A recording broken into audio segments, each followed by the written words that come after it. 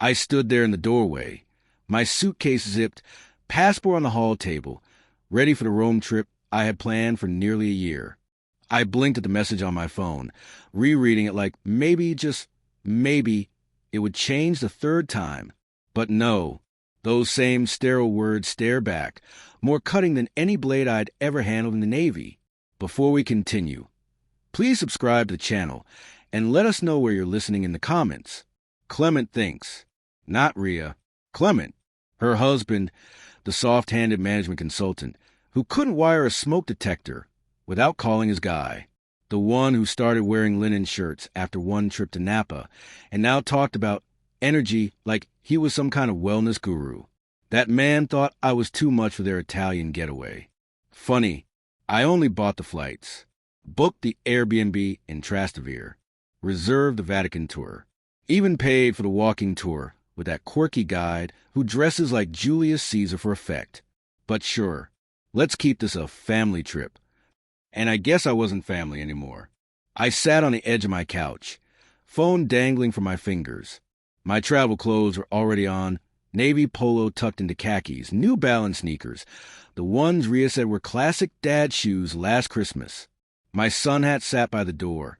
Not that I'd need it now. The silence in the house was louder than any submarine engine I'd served near. My hand trembled slightly as I opened the airline app and canceled my flight. The cancellation fee bit like a hornet, but it was the principle that hurt more. My phone buzzed again. From Rhea, it's not personal, Dad. Clement just thinks you need to rest.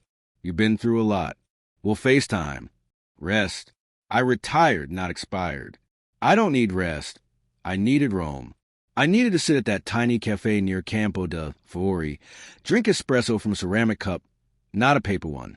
I needed to walk the cobblestone streets with my daughter and talk about the paintings in the Vatican the way we used to talk about books when she was little. Instead, I opened Facebook. First post at the top, Clement and his parents at Dulles Airport. Big smiles. Caption, let the Roman holiday begin. Hashtag family time. My blood turned cold. There they were, the four of them, Rhea included. No sign of me, like I never existed. I tapped into my banking app without thinking. My jaw locked. $1,322. Delta Airlines $3,400. Airbnb Rome $672. Trastevere Food Tour $285. Osteria Francescana. Reservation under my name. All charged my card. Still open. Still active. Emergency access, she said after her appendix scare in 2019. Just in case, Dad. It makes me feel safe. Safe. Right. I stared at the screen until the numbers blurred. My hands moved with the precision of decades, just like rewiring a broken panel in the belly of a destroyer. One tap, then another. Access revoked. Card frozen. New password issued. Then the second buzz. $414. Gucci Roma transaction declined. My lips twitched into the first real smile in 24 hours. Let's see Clement explain that one. But that wasn't the part that got me. No, the part that made my stomach sink was the photo Rhea posted an hour later. All four of them at a trattoria, glasses raised. Clement's dad was wearing my sun hat, the same one Rhea gave me for Father's Day 2 years ago. Caption, best trip ever with the best people. So grateful for this family. That hat, my trip. I closed my eyes and exhaled slowly. They thought I'd just roll over, that I'd sit back in my recliner, turn on the game, and maybe smile through my tears. They thought wrong. I opened the drawer beside me and pulled out the manila folder. Mortgage statements, bank documents, title deeds. That house, I bought them when they couldn't get a loan approved, still in my name. They just forgot one thing. I built this family. I financed their lives. And now it was time I took something back. The next morning, I woke up with the kind of clarity I hadn't felt in years. Not the kind you get after a good night's sleep, but the cold, sharp kind. The kind you get when you realize you've been played. I walked past the suitcase still by the door. Couldn't bring myself to touch it. Instead, I went into the kitchen and poured myself a cup of coffee. Black, no cream, just like I used to drink it on deployment. Reminded me I was still a man who knew how to survive in hostile territory. I sat at the table and opened my laptop. First, the bank. I went through every charge over the last 6 months. They'd been using my emergency card like it was Monopoly money. $189. Brunch at the Federalist, $310. 2 nights at a spa retreat in Shenandoah, $1,850. New appliances, delivered to 2102 Maplewood Lane. Appliances? I hadn't even seen the new fridge. Then came the big one, $9,740. Charged my card, listed as Family Europe Escape LLC, some boutique travel agency in D.C. I chuckled. They made it sound so elegant. What it really was, a coordinated heist. I took a slow sip of coffee and looked around my kitchen. Every item I saw had a memory. The toaster Rhea and I picked out together when she started college. The window curtains Margot stitched before she passed. The tiny hook rack by the door where Rhea used to hang her tiny pink backpack. All memories. All twisted now. Then the phone rang. Blocked number. I answered anyway. Dad? It's Rhea. My grip on the mug tightened. Surprised you're calling. Shouldn't you be on a gondola or sipping limoncello somewhere? She sighed. Dad, look about the credit card. Clement's card got frozen by the bank, and we didn't have time to fix it. I didn't think you'd notice. We meant to pay you back. Sure you did. I said flatly, you're being really dramatic about this. It was just money and a trip. It's not like we betrayed you. I stared out the window. Then why does it feel like I've been robbed blind by my own daughter? You're blowing this out of proportion. Clement said you'd react like this. That's why we thought maybe it was best if you stayed home. Clement said. Of course he did. There was silence on the line. Then, you're acting like we abandoned you. We just needed space. Rhea, you took everything I gave you and used it to pretend I didn't exist. We'll talk when we're home. Don't do anything stupid. I hung up just like that. I stared at the screen for a while, then went back to the drawer, pulled out the deed again. 2102 Maplewood Lane. The house I bought them when they couldn't make their down payment. Still in my name. Still mine. I opened another tab. Searched. Estate agents in Fairfax. Third listing down. Harold McKay. Old Navy buddy turned realtor. I clicked. This is Harold. It's Elton. I think I'm ready to sell a house. Fast. He paused. Yours? No, I said. The one they forgot who it belongs to. Harold showed up that afternoon in a beat-up F-150 with his dog Max, riding shotgun. Tongue out like he hadn't a care in the world. Just seeing that made me crack half a smile. Damn, Elton, Harold said, stepping into my foyer. When you said fast, I didn't know you meant drop everything fast. They'll be gone another week. I want it listed before they touch down. He gave a low whistle. You serious about this? I led him to the dining table and laid out the documents, deed, purchase history, photos. They never even asked to transfer it. Just assumed I'd never make a move. Most folks don't, Harold muttered. Not until it's too late. We toured the house the next morning, Rhea and Clement's house. There are things everywhere. Baby photos of a child they hadn't had. Wedding gifts. Clement's self-help books. Rhea's wine fridge humming in the corner. They're going to come back and find this place empty? Harold asked. No, I said calmly. They're going to find it sold. Max barked once, like he agreed. Harold worked fast. Photographer arrived Thursday. By Friday, it was live. $565,000. Price a move. That night, I sat on the porch with a beer in hand, scrolling through Zillow like a man newly single. I wasn't looking for revenge. I was looking for clarity. Clean break. No shared accounts. No open doors. Saturday morning, the call came in. Elton, it's Harold. You might want to sit down. Why? We got a full cash offer. Sight unseen. Want to close in 5 days. You serious? Dead serious. It's a relocation buyer from Texas. Doesn't care about staging or furniture. Just wants it done. I stared into my coffee. Steam rising. 5 days. That was 2 days before Rhea and Clement were scheduled to land. Do it. You sure? I've never been more sure of anything in my life. And then, as if fate needed to twist the knife a little deeper, my phone buzzed again. A charge attempt from Florence, Italy. $2,200, leather jackets. Declined. And then came the text from Rhea. Dad, what the hell is going on with the card? Are you messing with us? I stared at the message. But before I could reply, another message popped up. From Clement. We'll talk when we're home. But if you've done something stupid, there will be consequences. Serious ones. I set the phone down and let the silence settle. They had no idea. But they were about to. I stood in their living room the next morning. Well, my living room, and took it all in. The mid-century couch.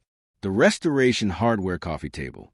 Clement's bookshelf lined with faux intellectual titles like Emotional Capital and The Art of Strategic Empathy. Photos hung crooked on the wall. Rhea's smile beamed from a black and white wedding portrait. I remembered how I paid for the photographer, the band, the venue. Clement's family said they'd contribute. Never did. I took out my phone and started snapping pictures of the house interior. Every shot for Harold's listing. I paused at the fireplace. There was the antique clock Rhea borrowed after Margot's funeral. Said it reminded her of childhood. Never gave it back. I ran my fingers along the mantel. Dusted. Clean. Unlike my gut. Harold called around noon. We've got 3 interested buyers and 1 cash offer already. Want me to start the paperwork. Do it, I said, pacing in the foyer. Get the ball rolling. I sat on their patio that afternoon, the same one I paid to have restained last fall, and opened my laptop. Time to shut the door on the past completely. I called my lawyer, Alice Monroe. She was brisk, sharp, and unapologetically thorough. The kind of attorney who could get a divorce case in under 3 hearings. Elton, she said, you want to revoke all prior financial authorizations to Rhea and Clement? Yes. Power of attorney, health proxy, all of it. Got it. I'll draw it up. You also want to remove them from your estate plan. I didn't speak right away. Elton? Yes, I finally said. Cut them out. They've made their choices. So have I. She sighed. I've seen a lot of this lately. Kids who think their parents' retirement fund is their inheritance. You're doing the right thing. That night, I found an old thumb drive in my desk. Plugged it in. There they were, videos of Rhea's childhood, her 3rd grade talent show, her high school graduation, that spring break trip to Yosemite when Clement had food poisoning, and I spent 4 days playing Scrabble with her in the cabin. All the laughter, the hugs, the tears. Now, ghosts. I hit eject and slid the drive back into the drawer. Some memories are meant to be remembered. Others boxed, stored, and locked away. I was shutting it all down until a text lit up my screen from an unknown number. You're making a mistake. Walk away now or we'll make this ugly. No name. No signature. Just a threat. I stare at the message for a solid minute. You're making a mistake. Walk away now or we'll make this ugly. My thumb hovered over the screen. I tapped info. Nothing. No contact name. No image. Just the cold anonymity of someone too cowardly to speak face to face.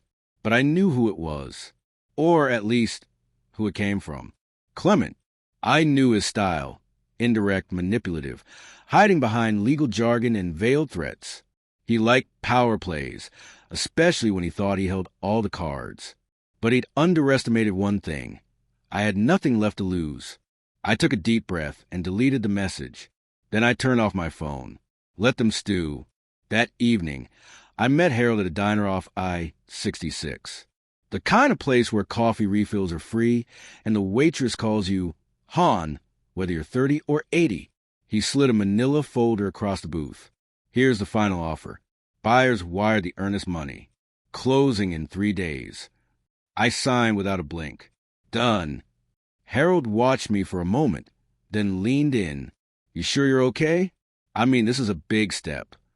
I met his eyes. Harold, I've been deployed in war zones, crawled through flooded engine rooms in the dark, buried the woman I love. This is me reclaiming my peace." He gave a slow nod and raised his coffee cup. "To peace, then." We clinked mugs. When I got home, I opened my safe and took out the binder labeled wills and directives. I flipped through the pages and added an addendum. All prior beneficiaries revoked. Assets to be donated to veteran rehab programs and scholarship funds. No more enabling. No more rewarding disrespect with generosity. By midnight, I was in bed. Not asleep, just still. And then the landline rang. I let it go to voicemail. I don't even know why I still have that thing. The machine clicked on. "Dad, it's me, Rhea." Her voice was tight, controlled, but I heard the panic underneath. "I don't know what you're doing, but it's cruel. I mean, Clement's parents are in tears. You've embarrassed us. People are asking questions. I saw the house listed online. That's our home, Dad." Pause. I know things got tense, but we can fix this. Just call me back, please, before you make a mess that can't be cleaned up. Click. I didn't call back. Instead, I made one more change. I went online and booked a condo tour. Virginia Beach. Oceanfront. Then I shut the laptop and stood in the dark, listening to the quiet hum of life about to change. The next morning, while sipping my coffee, I received a knock on the door. Unexpected. Firm. I opened it. A woman stood there in a tailored suit. Late 30s. Confident posture. She held out a card. "Mr. Elton? I'm Valerie Crane. I represent Clement and Rhea." I didn't take the card. "We're requesting that you cease all actions related to property at 2102 Maplewood Lane immediately. If you proceed, we will pursue legal remedies, including but not limited to injunction, damages, and emotional distress claims." I raised an eyebrow. "You rehearsed that, or is it just printed on your business cards now?" She didn't flinch. "You've made your point. But continuing this path won't end the way you think." I stepped out onto the porch. "Miss Crane, let me explain something."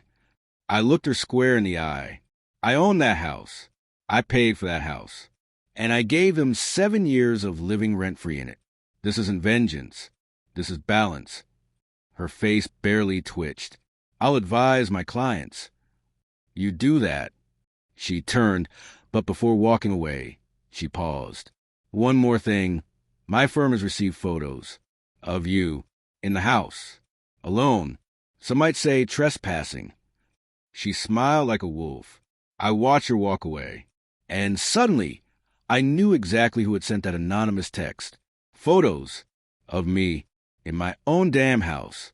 I stood there on the porch, watching Valerie Crane walk back to her sleek black Lexus, heels clicking like a metronome counting down to war. My war. I didn't go back inside right away. I sat on the porch swing, hands resting on my knees. Max, Harold's old mutt, had followed me home from the diner earlier in the week. He curled up by my feet like he sensed a storm coming. Spying on me, I muttered to him, in a house they never paid for. Imagine the nerve. I ran through it all in my mind. The photos, the veiled threats, the smirking lawyer. Valerie Crane was no rookie. She played hardball, and she'd do it for a price. Clement's price. That man never fought his own battles, just outsourced them. Well, I've been through worse than legal posturing. I spent the next 3 hours gathering everything. Every receipt, email, invoice, every photo of me signing that deed in 16. I scanned it, filed it, and emailed it straight to Alice, my attorney. Subject line: "Let's remind them whose name is on the damn title." I included a note: "Also file motion for preemptive injunction. I want them nowhere near that property until sale closes." Alice called within the hour. "They're bluffing Elton. If they go to court, we'll bury them in paperwork before we even get to discovery. But we need to be proactive. Are you okay with us filing a restraining order based on threats and interference with legal sale?" I didn't hesitate. "Do it." "Good. Also, I saw the photos. They're time-stamped and show you walking through a house you legally own. They've got nothing." I could hear the smirk in her voice. Alice was a killer, when it came to litigation. I finally understood why her office had a tank of piranhas in the lobby. By the next morning, the paperwork was filed. Harold called me from the property. "Elton, you better come see this." I drove over, my chest tight. When I pulled up, I saw what he meant immediately. The for sale sign had been ripped out and tossed in the driveway. The garage door had been spray painted in red. "Traitor." Jesus, I muttered. Harold was shaking his head, arms folded, someone spiraling. I took photos of everything, then filed a police report. Vandalism, harassment. The responding officer, a woman named Franco, took it seriously. "You got anyone who might have done this?" I didn't even blink. My daughter's husband, and maybe her. She raised a brow. "Family feud?" "Something like that," I said. Franco nodded. "We'll keep a patrol in the area. And if you hear anything, let us know. We take this seriously." When I got home that night, I found an envelope slid under my front door. No name, no return address. Inside, a single sheet of paper, typed, "If you go through with this, we'll go public. We'll tell everyone you're unstable, dangerous, will ruin you." At the bottom, in bold, "This is your last chance." I stared at the words for a long time. Then I walked to the kitchen, lit the fireplace, and tossed the letter into flames. They had no idea who they were dealing with. But then my doorbell rang. Late, too late. I opened the door slowly. And there, standing in the dark, holding a bag of groceries like nothing had happened, was Rhea. She stood there like nothing had happened. Rhea, hair up in a bun, hoodie pulled tight, clutching a Trader Joe's paper bag like we were still playing house. Like the last 2 weeks hadn't happened. Like she hadn't gutted me with a text and sent a lawyer to finish the job. "Hi, Dad," she said softly, almost like she meant it. I didn't answer, just stepped aside. She walked past me into the living room, like it was hers, like she still belonged here. The smell of her perfume, something citrusy she picked up in college, hit me like a memory I didn't want. She placed the bag on the kitchen counter. "I brought almond milk, the kind you like, and those rosemary crackers." Still, I said nothing. She turned, arms folded, fake casual. "Can we talk?" I crossed my arms, leaned against the wall. "About what? The vandalism? The threats? The anonymous letters? Or the part where your lawyer said I was trespassing in my own house?" Her face flushed. "I didn't know Clement was going to do that. I didn't approve any of it. You didn't stop it either." Silence. Then, "Dad, you blindsided us. You're selling the house without even telling me. It's cruel." My jaw tightened. "You told me I wasn't part of the family anymore. That trip, that was the final nail. You and Clement made that decision." She stepped closer. "We made a mistake. Okay?" Clement panicked. He didn't want the trip to be tense. I should have stopped him. I know that now. I laughed short, bitter. "You knew it was my dream to see Rome with you. I paid for it. Every damn thing. And you cut me out like I was a burden." Her voice cracked.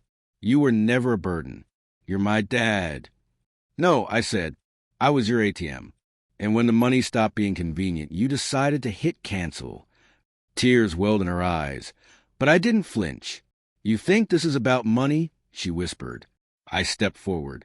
"It's about respect. And you lost mine." She reached into her pocket and pulled out a small photo. Old, worn. Us. Yosemite. 2006. Me holding her up on my shoulders, both of us grinning like idiots. "I kept this," she said, "all these years, because you were the only steady thing in my life, even after Mom died." The photo shook in her hand. "Then why?" I asked, voice low. "Why let Clement poison that?" "I didn't mean to," she whispered. "I was scared. Of losing you. Of disappointing you. And somehow I ended up doing both." I exhaled slowly. Maybe there was truth in her voice. Maybe. But before I could respond, there was a hard knock at the door. 3 thuds. Precise. Deliberate. We both turned. I opened the door. 2 police officers stood on the porch. "Mr. Elton?" the taller one asked. We have a warrant. There's been a formal complaint filed. We need you to come with us. Rhea gasped. What? No, this is insane. I stood frozen. What's the complaint? I asked. The officer pulled out a folded document. Allegations of elder abuse. Financial coercion. Filed by Mr. Clement. Rhea's face drained of color. And just like that, they put the cuffs on me. The steel of the handcuffs bit into my wrists as they guided me to the cruiser. I didn't resist. Didn't argue. What was the point? Arguing would only give Clement what he wanted, me looking like the angry old man with a temper problem. Sir, we're just taking you in for processing. You're not under arrest yet, the younger officer said. It's just protocol while we verify the claim. I sat in the back of the squad car, watching my house, my real house, grow smaller in the rearview mirror. Through the window, I caught a final glimpse of Rhea standing on the porch, hands over her mouth, face frozen in shock. Not fear, not guilt, just shock. The drive was short. The holding room was colder than I remembered. Sterile. A chair, a desk, a ticking clock that reminded me of every interrogation room I'd ever been in during my Navy days. Except this time, I wasn't on the side asking questions. They left me in there for almost 2 hours. When the door finally opened, it wasn't a cop. It was Alice. Her heels clacked across the floor like a judge's gavel. She slammed a manila folder on the desk and sat down without a word. Good news, she said flatly. They're not pressing charges. Not yet. But Clement's lawyer filed a temporary injunction to freeze the house sale. They're trying to claim mental incompetence. I blinked. What? They're saying you're not a sound mind, that you're acting erratically, emotional instability, paranoia. They're trying to take your rights. I let out a breath. Unbelievable. Alice leaned in, eyes sharp. This is no longer just about a house. This is about your autonomy, your future. They're playing dirty, and if we don't fight this smart, it'll cost you everything. I nodded. Then let's go to war. She slid a document across the table. Sign this. It grants me full authority to file for emergency counter-motion, plus restraining orders against Clement. I'll get the judge on the phone within the hour. I signed. By nightfall, I was back home, alone, bruised, but free for now. Rhea didn't return. Neither did Clement. But the silence felt heavier than any confrontation. I sat in the dark, whiskey in hand, staring at the wall. Then I got an alert on my phone. Home security camera activated. I tapped the screen. The live feed flickered on. There, in the driveway of 2102, Maplewood Lane, was a moving truck, backed up to the garage. I zoomed in. 2 men, no uniforms, no logos, loading boxes. One of them stepped into view. Clement. I gritted my teeth. He was emptying the house, looting it before the sale closed. He looked up directly at the camera, smirked, held up his middle finger. Then, without breaking eye contact, he spray-painted the lens. The feed went black. The next morning, I drove straight to 2102 Maplewood Lane. I wasn't sure what I expected to find. Maybe broken windows, maybe an empty shell. But what I saw stopped me cold. The front door was wide open. Boxes stacked haphazardly on the lawn. Furniture half-wrapped in plastic. Drawers dumped onto the porch like a garage sale gone wrong. A shattered wine rack lay in the grass. The antique mirror I bought Rhea as a wedding gift was propped against the front steps, cracked clean through the middle. I parked and got out slowly, phone already recording. Clement. I yelled into the house. Silence. I stepped inside. The place looked like it had been turned upside down. Kitchen cabinets open, pantry raided, dishes in shards across the tile. The living room couch was missing. So was the TV, and Clement's beloved espresso machine. He was trying to gut the place before escrow could close. I opened a closet. Empty hangers swinging like wind chimes. The master bedroom looked like it had been hit by a tornado. Then I heard footsteps upstairs. I climbed the stairs slowly, heart thumping. In the hallway, I found him, Clement, holding a box labeled Memories.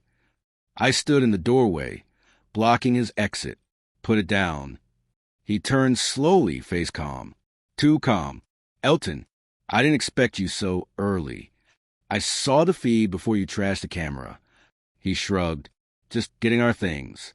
We have rights, you know. No, you don't, I said, stepping closer. You're trespassing and stealing. It's community property, he snapped. It's not. This house is in my name. You're not on the deed. Never were. He smiled, slow and smug. You think the court will care about that? You're a lonely old man with a chip on his shoulder. They'll believe I was trying to protect my wife from your erratic behavior. He held up the box. These are hers. You wouldn't take her childhood from her, would you? I wouldn't take anything, but you already did. His eyes narrowed. I gave you everything, I said. The down payment, the roof over your heads. I even gave you the damn sun hat off my head. And this is how you repay me. You gave it because you wanted to feel needed, he hissed. And now that you're not, you're acting like a child. I stepped forward, grabbed the box, and yanked it from his hands. Get out. He backed away slowly, eyes burning. You're making a mistake, he muttered. No, Clement, I said. I'm correcting one. He brushed past me, stormed down the stairs and out the front door. I stood there for a long time, the box in my arms, heart pounding. Later that afternoon, I had the locks changed and hired security guard to sit on the property until closing. Alice filed a motion for emergency protection of property under estate dispute law. She assured me Clement wouldn't get away with it. But that night, as I scrolled through social media, I saw something that chilled me to the bone. A post from Rhea. Public. A photo of her crying. Captioned, please pray for our family. My father's unstable behavior has escalated. We're worried for his safety and ours. Hashtag elder abuse. Hashtag protect our parents. Thousands of likes. Hundreds of comments. And then a GoFundMe link. Title, Help Us Fight Back Against Elder Neglect and Legal Injustice. $12,403 raised. So far, by morning, the GoFundMe had crossed $25,000. The description read like a tabloid hit piece. My father, once a kind and loving man, has changed. He's angry, confused, and dangerous. We're afraid for our safety and heartbroken to watch him spiral. Please help us with legal fees to protect our family and get him the care he clearly needs. They used my retirement photo, smiling in my dress blues like a cruel joke. The comments were even worse.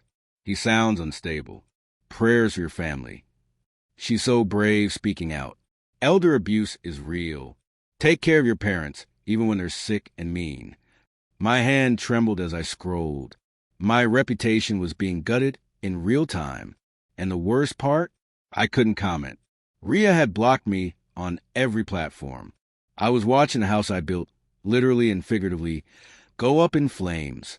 Alice called. Elton, we need to go on the offensive. I can request a cease and desist on the fundraiser, but we need proof, documents, timelines, receipts, everything. I've got it, I said. Every cent, every check, every tuition payment, even the damn espresso machine. Good. Then let's bury them in facts. I drove to her office that afternoon. 3 bankers' boxes in the trunk. Rhea's college statements. Wedding invoices. The deed. The home insurance I still paid on their property. All of it. Alice looked through the documents like a surgeon with a scalpel. This is perfect, she said. I'll file for defamation. And we'll submit evidence of financial exploitation. Not by you, by them. What happens to the fundraiser? If we prove it's fraudulent, they'll be forced to return the money. I nodded. Do it. And I want it public. Careful, she said. It gets messy when it hits the press. It's already messy, I said. They drew first blood. That night, I opened a new Facebook account under a different email, just to see. Rhea had posted a new update. My father is refusing mental health support. He's angry we don't want to live under his control. No one should weaponize money against their family. We just want peace. Weaponize money? I was the one who bought them their peace. I was the one who paid for silence for years. I logged out, slammed the laptop shut. Then I sat on the couch and stared at the man in the mirror. They were turning me into a monster, and people were believing it. I needed someone who knew the real me. I pulled out my phone and scrolled through contacts. One name stopped me. Elsie, high school sweetheart, widowed. She reached out a few weeks ago after seeing a photo I posted of Margot's old quilt. Said it reminded her of simpler times. I tapped call. Elsie? It's me. Elton. She paused. Elton, I've been meaning to call. I saw the post. From your daughter. My chest tightened. You don't believe that, do you? I asked. She was quiet for a long beat. Then, no, I know you better than that. A breath I didn't know I was holding escaped. Can we talk? I asked. I'm in town. Meet me at Marlowe's. Noon tomorrow. Thank you, I said. The next day, I wore a collared shirt and the watch Margot gave me for our last anniversary. I arrived early, waited. When Elsie walked in, everything slowed. She looked older, sure, but her smile hadn't aged a day. We hugged. Saturday. Ordered coffee. For a while, we just talked about old friends, about music, about how hard life hits you when you think it's finally slowing down. Then she leaned in. Elton, I need to tell you something. About Rhea. I blinked. What do you mean? She pulled out her phone, tapped a few times, turned the screen toward me. My stomach dropped. It was a screenshot, a private message from Rhea, dated 2 weeks before the trip. My dad's getting worse. I need to find a way to distance us. Maybe take the house back. Clement says he won't fight me if I push now. I stared at the words, unable to speak. And then Elsie said quietly, she planned it all, Elton, before you even packed your bag. I stare at the screenshot, my fingers twitching against a ceramic mug. My dad's getting worse. I need to find a way to distance us. Maybe take the house back. Clement says he won't fight me if I push now. I read it again and again. 2 weeks before I was supposed to board that plane. 2 weeks before the knife in the back. Elsie set her phone down and took a slow sip of coffee. I wasn't going to show you at first, she said. Didn't know if it was my place. But when I saw what they're posting, I couldn't stay quiet. I looked up at her. Why did she send this to you? She shrugged. I think she forgot I wasn't one of her Instagram friends. We messaged on and off over the years. I guess she figured I'd agree with her. My throat tightened. She was planning to cut me off. Legally, financially, personally, all of it. And she played it like it was an accident. Elsie nodded. I'm sorry, Elton. I shook my head, trying to suppress the fury bubbling under the surface. You know what the worst part is? It wasn't Clement who pulled the trigger. He's a snake, yeah, but she loaded the gun. Elsie reached across the table and rested her hand on mine. You've done more for her than most fathers ever would. It's not your fault she forgot that. I tried to smile. Failed. The rest of the coffee was quiet. A quiet that felt like balm. She didn't ask for anything. Didn't try to fix it. She just sat there with me. When we stood to leave, she said, whatever happens next, don't let them rewrite who you are. I know the real you. That stayed with me the whole drive home. When I got back, I emailed a screenshot to Alice. Subject, weapon. She replied within 5 minutes. This is damning. Opens a door for a premeditated fraud claim. I'm going to use it to counter their GoFundMe narrative. Sit tight. I closed the laptop, leaned back in my chair, and breathed. Finally, I had proof. Not just emotion. Not just memory. Evidence. The next morning, Alice filed a motion to freeze the GoFundMe account pending fraud investigation.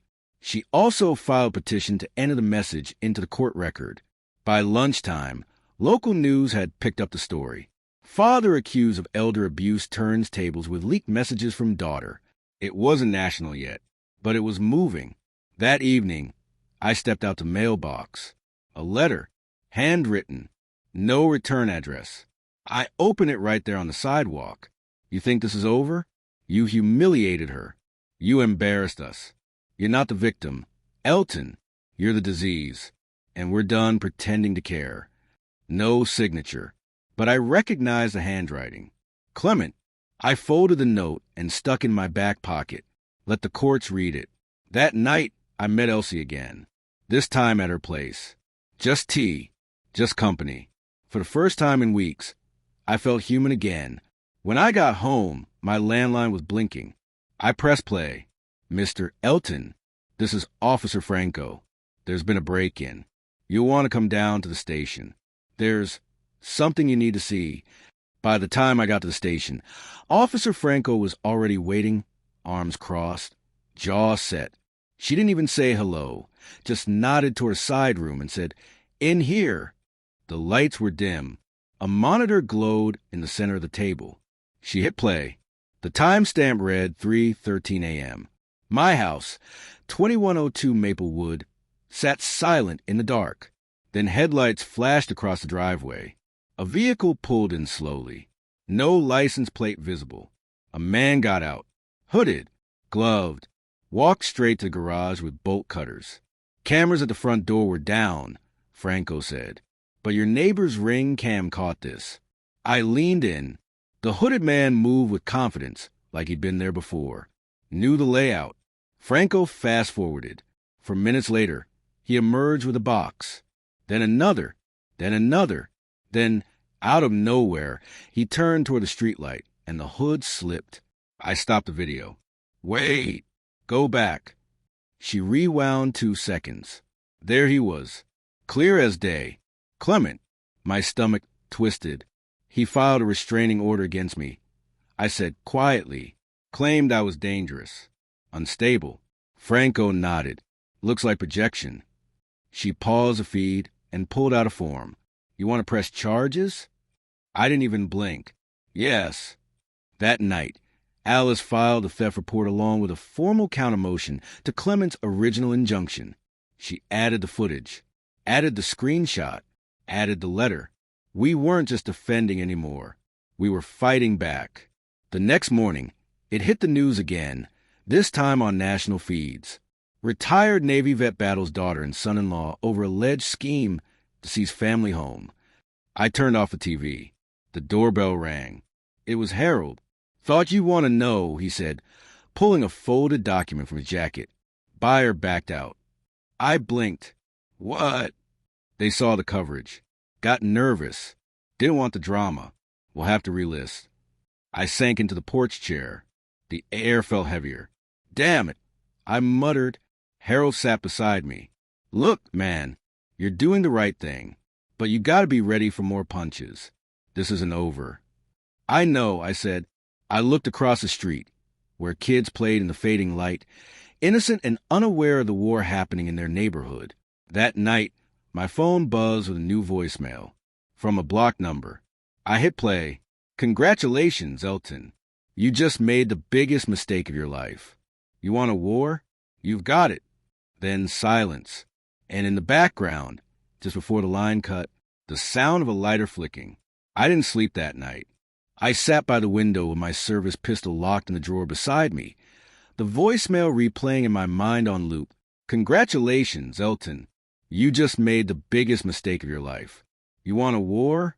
You've got it. And then that flick, that unmistakable flick of a lighter. I tried to tell myself it was nothing, a scare tactic. But somewhere deep down, a part of me didn't believe that. Not after what I'd seen in Clement's eyes that day in the hallway. That wasn't frustration. It was desperation. At 5:12 a.m., my phone buzzed. Motion alert. From the security camera at 2102 Maplewood Lane. I opened the feed. The screen was black. I tapped into the other camera, one I'd hidden inside the garage's motion sensor. A backup Harold had helped me install after the last stunt. What I saw made my blood run cold. A shadow moved across the garage. Then a glow. Then flames. The screen pixelated as the camera glitched from the heat. I was already in my truck, speeding toward the house before the fire department even answered my call. By the time I got there, the sky was painted orange. Flames licked the side of the garage. Neighbors stood on their lawns in robes and panic. A firefighter held me back as engines roared and hoses blasted water. I could barely hear him over the chaos. Are you the owner? I nodded. Yes. Yes, I am. Any gas in garage?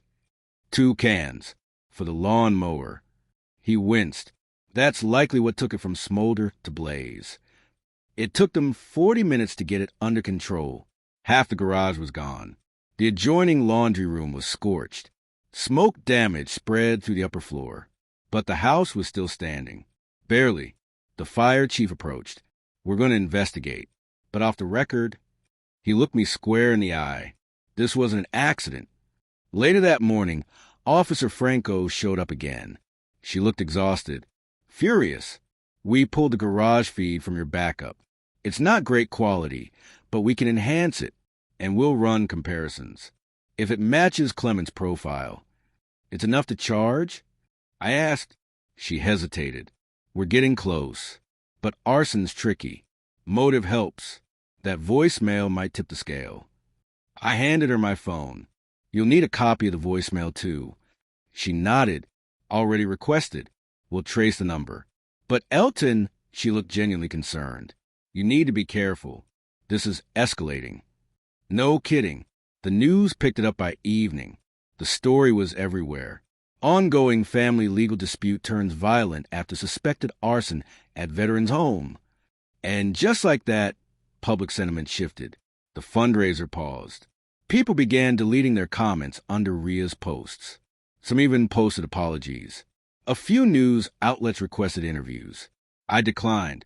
I wasn't here for sympathy. I was here for justice. That night, Alice called. You're not going to like this. I braced myself. They just filed an emergency petition with Child Protective Services. I blinked. CPS? What the hell for? They're claiming you're a danger to any future grandchildren, that your mental state is unstable. It's symbolic right now, but it's meant to frame you as a threat in public records. They're trying to make you radioactive. Elton.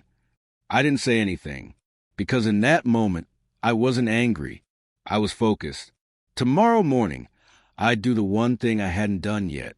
I'd visit my lawyer in person, with everything I had, and I'd start the process of suing them both. But when I arrived at Alice's office the next morning, the doors were taped shut. A sign read, temporarily closed, under federal investigation. I stared at the sign like it was a joke. Temporarily closed, under federal investigation. Alice Monroe's office, my shield, my sword, gone overnight. The building was taped off. A Department of Justice seal slapped across the front door. I tried calling her personal line, straight to voicemail. I left a message. Then another. Nothing. Panic flickered. Not full-blown, not yet, but enough to tighten my chest. Was she caught up in something? Did Clement dig into her past? Bribe someone? Frame her? I didn't know. But I knew one thing. I was on my own again. I walked back to my truck and sat in the cab, staring at the dash. Then I made the call. Harold, I need a favor. Name it. I need a new lawyer. One who's not afraid to bleed. I know a guy, retired JAG, moved back east. He doesn't advertise. But he's the kind of guy who files motions before breakfast. He gave me the name Reginald Moss. 2 hours later, I was sitting across from him in a dark-paneled office that smelled like cigars and salt water. He wore suspenders, thick glasses, and had a voice like gravel. So, he said, flipping through Alice's files I'd brought along, your daughter and her husband tried to burn down a house, defame your name, steal your property, and now they're trying to erase you from family records. That about sum it up? Close enough. He leaned back. This is war. You ready for that? I've been ready since they left me at the airport. Reginald grinned. Then let's play offense. He moved fast, filed a new motion to secure the deed, the footage, and every digital message I had. He sent preservation requests to the GoFundMe platform and subpoenaed Ria's financial records. This'll get uglier, he warned. I want it ugly. By the next morning, news broke that Monroe's office had been raided in a separate case. Campaign finance violations. Nothing connected to me, but the timing too perfect. Reginald wasn't fazed. Just means they got lucky once.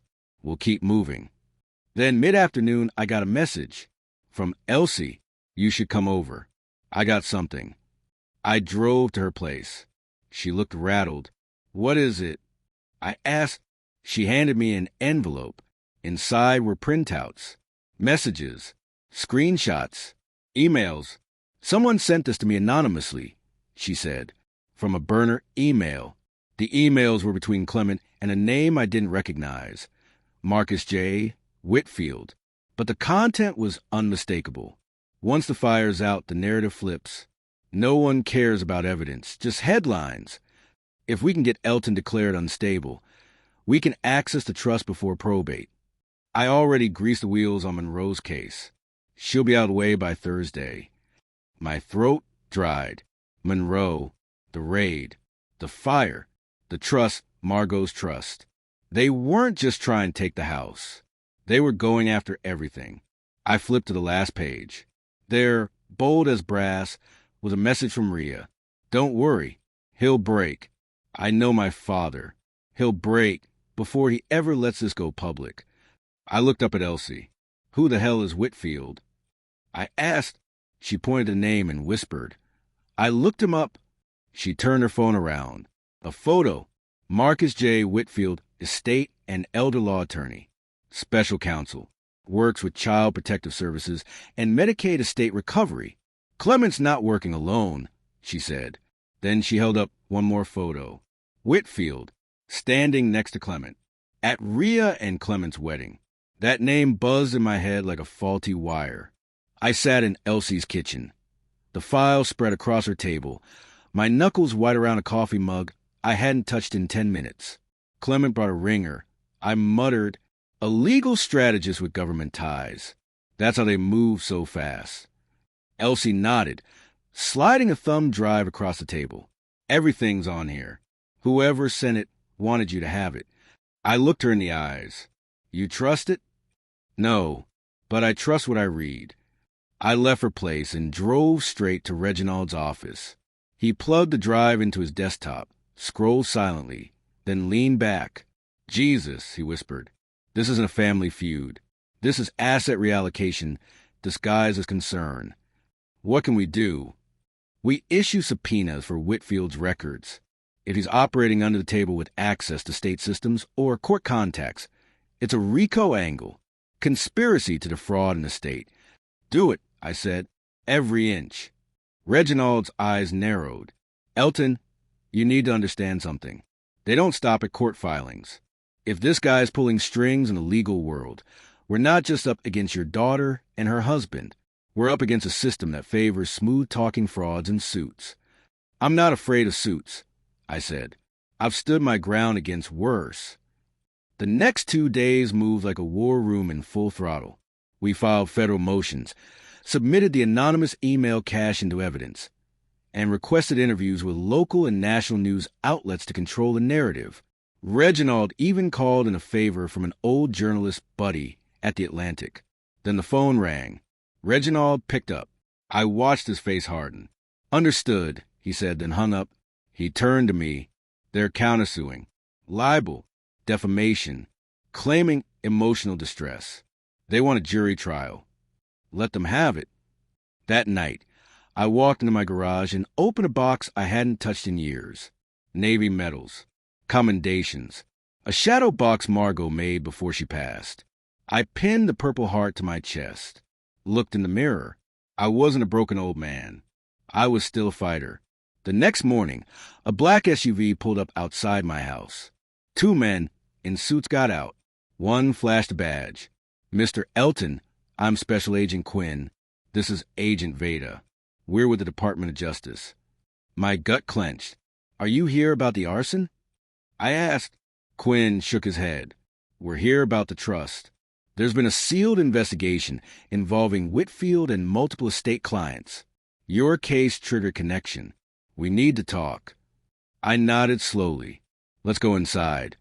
They followed me into the living room. Veda opened a folder.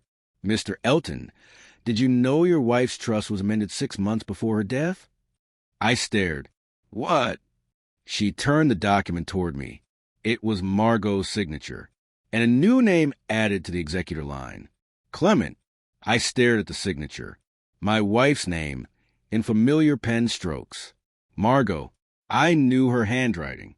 I knew every loop, every space between her letters. I'd read her grocery lists like they were love letters. But this wasn't hers. This isn't real, I said quietly. Agent Veda gave me a solemn look. We're not confirming forgery yet, but 3 other clients connected to Whitfield's firm have similar amendments, all within months of death, all naming new executors who stood to benefit. My fists clenched. Clement forged my wife's trust? We're not ready to say that, but we are pursuing federal charges against Whitfield, and if Clement is tied to him, Agent Quinn cut in, we'll find it, and we'll bring it down. They left me with a contact number and a stack of release forms. I stood in the middle of my living room, the silence heavier than ever. Clement hadn't just manipulated Rhea. He hadn't just tried to erase me. He'd rewritten Margot's last wishes. That night, I called Elsie, told her everything. She said only 4 words. I'll be right over. She didn't say more. She didn't need to. She sat next to me, our hands clasped, as I scrolled through old emails. And that's when I found it. An auto-forwarded message from Margot, 6 months before she passed. A simple update. Updated trust doc. Still in your name. You'll take care of them better than I ever could. Love you. Attached. A PDF. The original trust. My name, clear as day. Unamended. Time-stamped. Verified. I sent it to Reginald. Subject endgame. The next day, he filed a motion to freeze all assets connected to the amended trust. DOJ backed it with an affidavit. GoFundMe terminated the fundraiser. CPS dropped the complaint. And the court issued a temporary injunction preventing Clement and Rhea from touching a dime. 3 days later, we were in court.